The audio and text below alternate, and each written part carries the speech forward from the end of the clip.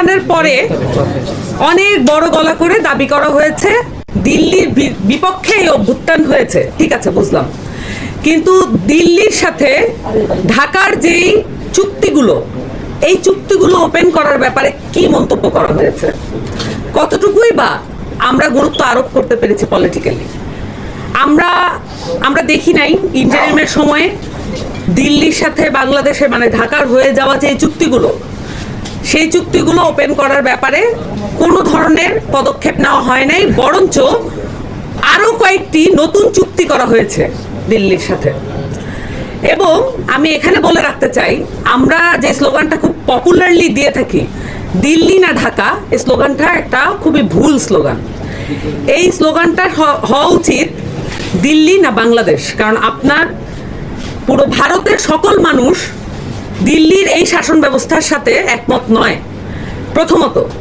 দ্বিতীয়ত, দিল্লির সাথে বাংলাদেশের সম্পর্কের যে অবনতি এবং পররাষ্ট্রনৈতিকভাবে দিল্লির যে আগ্রাসন বাংলাদেশের উপরে, এটাকে ঠেকানোর জন্য পুরো বাংলাদেশ আসলে দিল্লির হয়ে সামনে ঢাল হয়ে দাঁড়ায়। এখানে শুধু ঢাকা নয়, আমরা সেন্ট্রালাইজড কোনো শাসনের কথা বলতে চাই না। ঢাকাকে যখন আপনি মুখ্য করে তোলেন, সেটা হচ্ছে আরেকটা সেন্ট্রালাইজ শাসনের কথা আপনি মুখ্য করছেন। আপনি একটা সেন্ট্রালাইজ শাসনের বিপক্ষে আরেকটা সেন্ট্রালাইজ শাসনকে মুখ্য করে তুলছেন। রেটরিক, পলিটিক্যাল রেটরিক হিসেবে ইউজ করেন, দ্যাটস ফাইন, বাট এটা খুবই মনোযোগের সহিত লক্ষ্য করা প্রয়োজন। আপনি একটা রেটরিক দিয়ে আরেকটা রেটরিককে ভাঙার যে পদ্ধতি, এটা দিয়ে হেজেমনি তৈরি হয়, এটা দিয়ে আধিপত্য তৈরি হয়।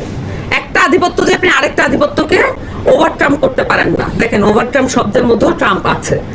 তো দেখেন, এই যে আমি যেটা বলতে চাই যে আমরা দিল্লির সাথে হয়ে যাওয়া বাংলাদেশের চুক্তিগুলো, যতক্ষণ না ব্যবসায়িক, পররাষ্ট্রনৈতিক, সকল ধরনের চুক্তি যা কিছু হয়েছে সব কিছু অবিলম্বে ওপেন করতে হবে।